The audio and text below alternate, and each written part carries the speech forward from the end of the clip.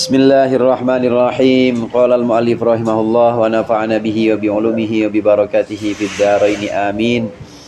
Fahadhil alamatu hiya allati tadullu ala iradatillahi ta'ala bil fiqhi wal munadharati.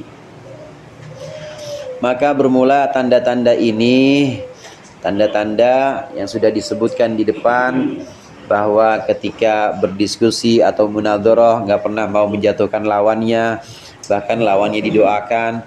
Ini adalah tanda yang menunjukkan ala iradatillahi, atas kehendak Allah Ta'ala, maksud Allah Ta'ala, inginnya Allah Ta'ala bil fiqhi wal munadharati, dengan fikih dan munadharah. Tanduru kaifa taba'ahun nas min jumlatin, engkau melihat kaifa taba'ahu, bagaimana mengikuti akan fikih siapa annas, orang-orang, min jumlati hadhil khisalil khamsi, dari segenap 5 khisal atau 5 perkara ini, ala khislatin wahidatin faqat, atas satu perkara atau satu tingkah saja. Tsumma kaifa khalafuhu, kemudian lihatlah bagaimana mereka menentang fikih, fiha, di dalam khislah wahidah, dalam khislah wahidah. Aidon juga tanda-tanda yang disebutkan di depan, contoh-contoh akhlak-akhlak yang sudah ada pada Imam Syafi'i, bahwa Imam Syafi'i itu termasuk orang yang dermawan. Imam Syafi'i itu tidak pernah dalam menyusun karya-karyanya pengen orang-orang itu bisa fikih, tapi jangan sampai fikih dinisbatkan kepada Imam Syafi'i. Jadi nggak ada istilah royalti zaman dulu. Royalti yang gua nih misalnya nggak ada. Jangan nisbatkan itu kepada saya. Saya pengen semua ini tersebar, orang-orang tahu dan bisa ibadah dengan ilmu fikih, tapi jangan dinisbatkan kepada saya. Kemudian bagaimana zuhudnya Imam Syafi'i, ini cukup menjadi petunjuk, cukup menjadi alamat bahwa inilah yang Allah kehendaki dari fikih, yang Allah kehendaki dari munadharah atau diskusi-diskusi ilmu, yang Allah kehendaki agar orang-orang itu tawadhu, saling bertukar ilmu, saling bertukar pengetahuan, bukan untuk menyerang tapi untuk tawadhu, untuk benar-benar merendah di hadapannya, dan saling mendoakan dengan untuk lawan bicaranya atau untuk sesama ulama lah istilahnya, sama orang-orang alim.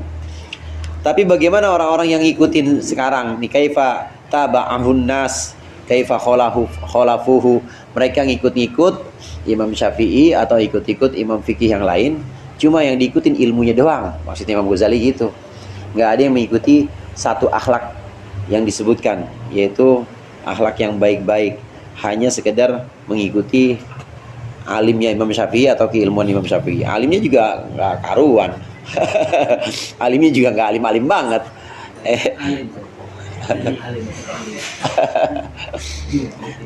Alimnya nggak alim-alim banget, cuma dengkinya kemana-mana. Kalau kritik Imam Ghazali kepada orang-orang pada masanya, hendaklah orang-orang yang belajar fikih, ulama-ulama itu mengikuti Imam Syafi'i, jangan cuma keilmuannya saja, tapi juga akhlaknya.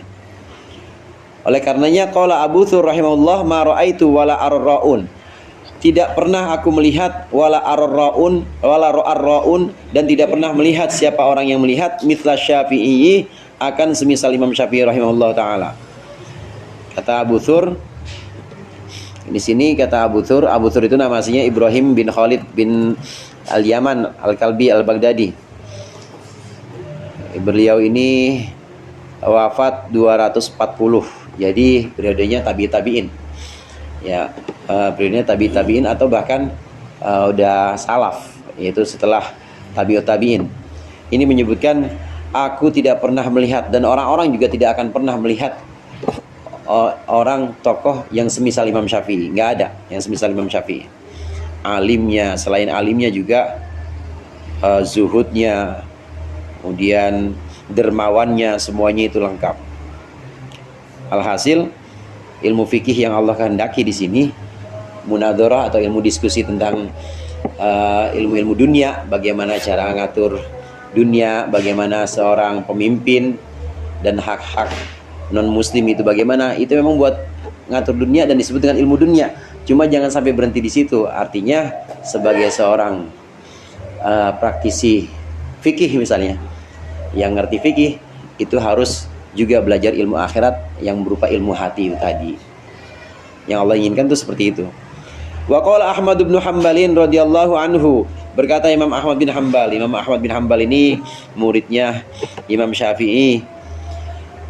Ma sallaitu salatan mundu arba'ina sanatan, tidaklah aku pernah salat sejak 40 tahun illa wa ana ad'u lisyafi'i, kecuali aku mendoakan untuk Syafi'i rahimahullahu taala. Fandur ila insafid da'i wa ila darajatil mad'uwi wa ila darajatil mad'uwi lahu, maka lihatlah kepada insafnya atau kepada ikhlasnya orang yang mendoakan Imam Hambali, Ahmad bin Hanbal, wa ila darajatil mad'uwi lahu, dan kepada derajat orang yang didoakan. Wa qis bihil aqrana, dan kiaskanlah olehmu bihi dengannya, dengan insafud da'i, kiaskanlah al aqran wal amsal, kerabat-kerabat atau kroni-kroni, akron itu wal amsal, dan juga tokoh-tokoh minal ulama'i, dari orang-orang alim fi hadhil a'sari, dalam di zaman ini, wa ma bainahum wa ma bainahum, dan apa yang terdapat di antara mereka, minal musyahanati, dari kebencian, permusuhan, wal baghdai, dan kebencian, li ta'lama, supaya engkau mengerti, taksirahum, akan kecerobohan mereka, al ulama fi hadhil a'sar,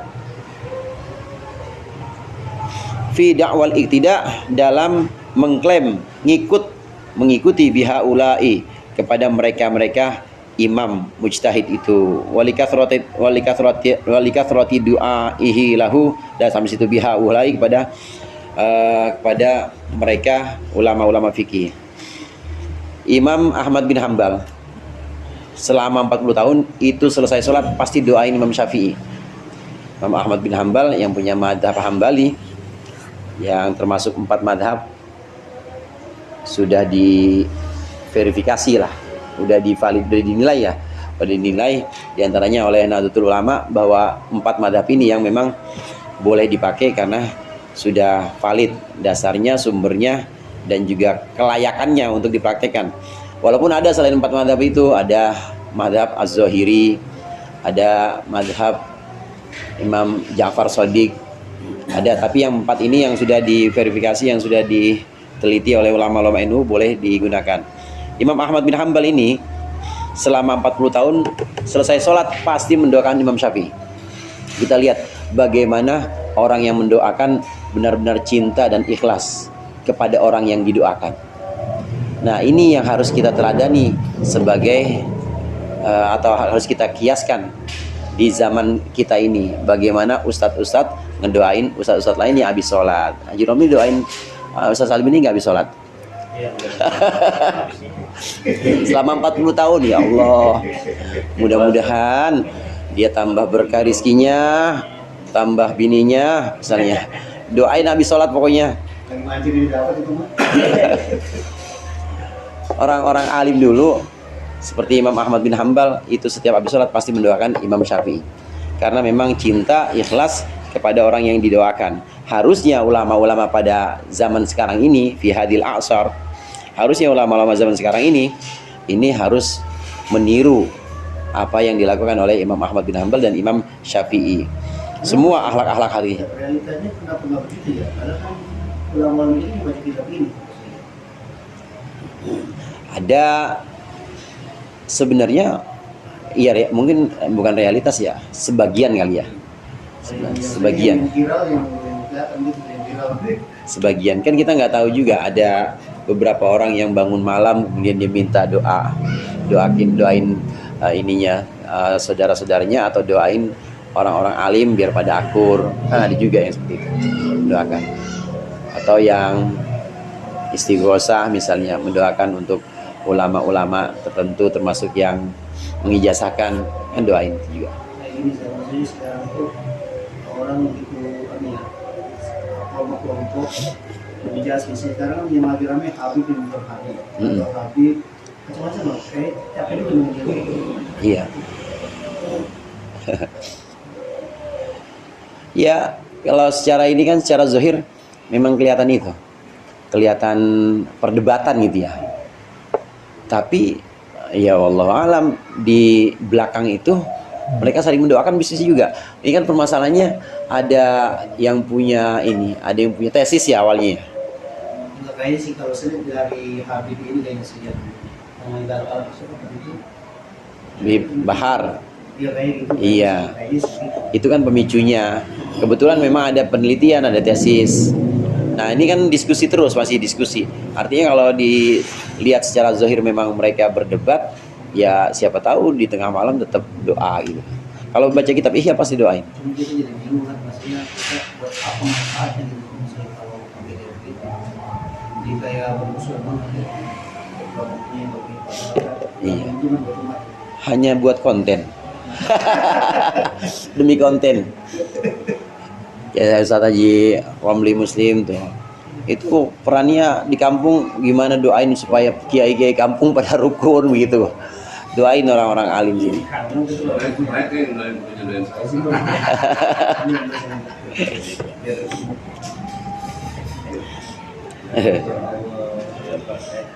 Nah, supaya kita tahu, ini nggak usah jauh-jauh ke orang lain, kepada diri kita sendiri. Supaya kita tahu taksir di sini ceroboh, sembrono, betapa sembrononya kita, betapa cerobohnya kita ngaku-ngaku mengikut Imam Syafi'i, tapi kita tidak mengikuti akhlaknya Imam Syafi'i.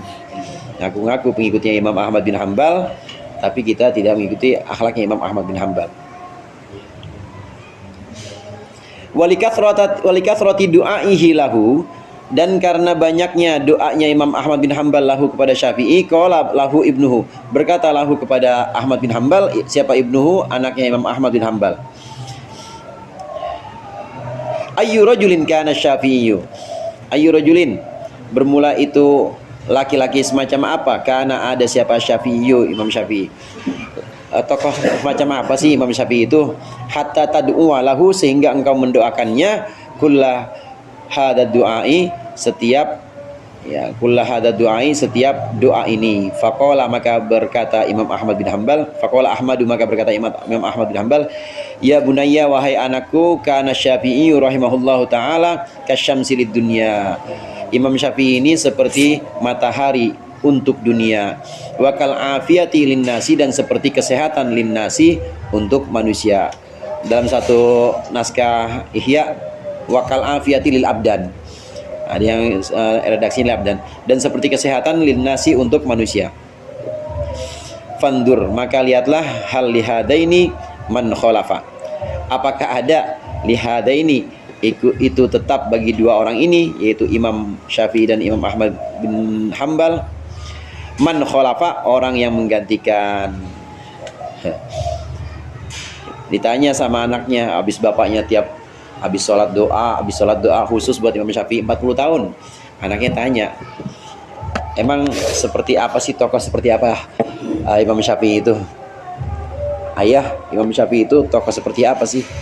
Kemudian Imam Ahmad menjawab, Imam Syafi'i itu seperti matahari untuk dunia ini. Kalau nggak ada matahari ya gelap. Begitu juga dunia ini, nggak ada Imam Syafi'i gelap. Ya syukur setelah ada Imam Syafi'i masih ada matahari-matahari yang lain, atau masih ada setidaknya orang-orang yang melanjutkan sinarnya sebagai mataharinya pada zaman itu. Dan Imam Syafi'i itu seperti kesehatan untuk manusia. Kan yang penting sehat ya kita ya. Sehat, duit banyak juga gak apa-apa. Penting sehat. Kesehatan itu penting banget. Nah, Imam Syafi'i itu seperti kesehatan untuk manusia. Jadi perannya sangat besar. Imam Syafi'i perannya sangat besar. Di sini lalu Imam Ghazali. Ini Imam Ghazali sekarang. Fandur hal lihadaini man khalaf. Coba lihatlah, ada nggak yang menggantikan dua orang ini? Dua orang yang saling mengasihi, yang saling mencintai, sama-sama alimnya, sama-sama punya pengikut, ya sama-sama pengikutnya banyak juga, tapi sama-sama mendoakan. Satu riwayat itu menyebutkan Imam Ahmad bin Hambal waktu mihnah itu satu fitnah Bani Abbasiyah, ketika orang-orang ulama-ulama dipanggil suruh menyebutkan Quran, hadah qadim au hadis, Nah, Imam Ahmad bin Hambal jawabnya qadim, di penjara. Jawab, emang Quran kalau kita kan qadim ya. Kalamun qadimun la yumal, itu kan qadim Quran. Nah, tapi kalau yang jawab hadis enggak. Yang jawab hadis Ahmad. Nah, Imam Ahmad bin Hambal ini jawabnya qadim. Ini Al-Qur'an. Al-Qur'an hadal Qur'an hada qadim atau hadis. Imam Ahmad bin Hambal jawabnya qadim, di penjara. Imam Syafi'i jawabnya hadis.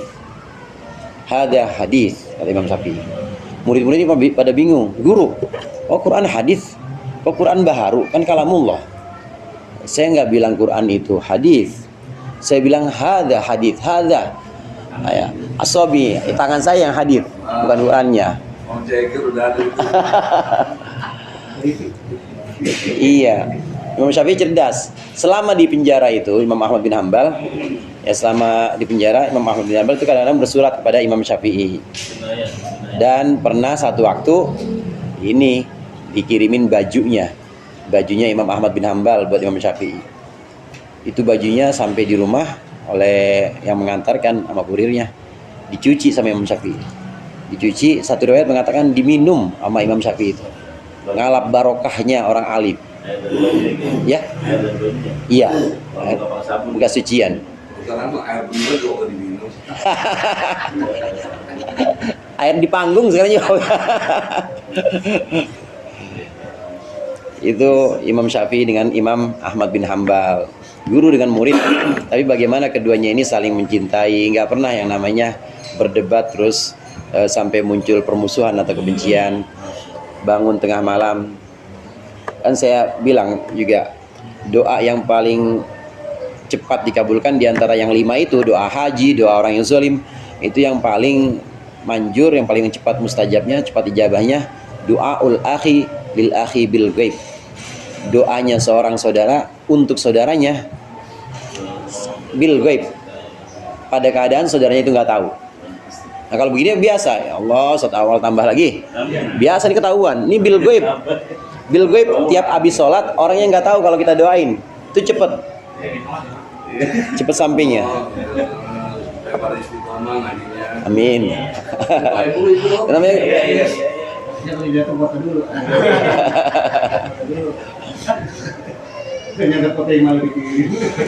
kalau doa yang biasa di kita kan, apalagi kalau udah di atas podium ya kita doakan. Nah itu namanya doa bil hudur, doa biasa, ada pada ada orangnya.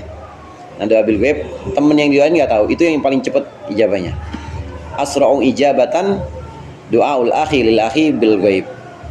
Yang paling cepat ijabahnya diantara yang 5 itu doa haji, orang haji maksudnya doa mazlum, itu adalah doanya saudara untuk saudaranya saat saudaranya tidak tahu. Asra'u ijabatan. Asra'u. Ijabatannya jadi tamis.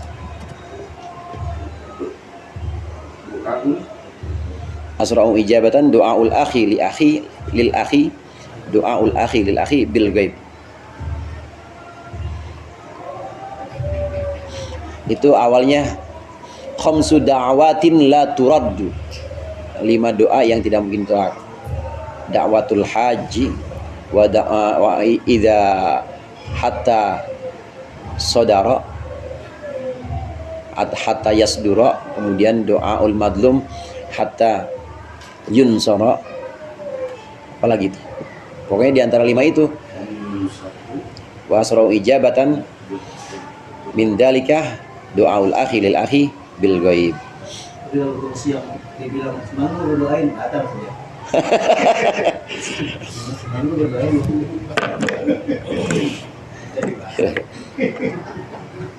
Ya tersendat dah, nggak cepet amat.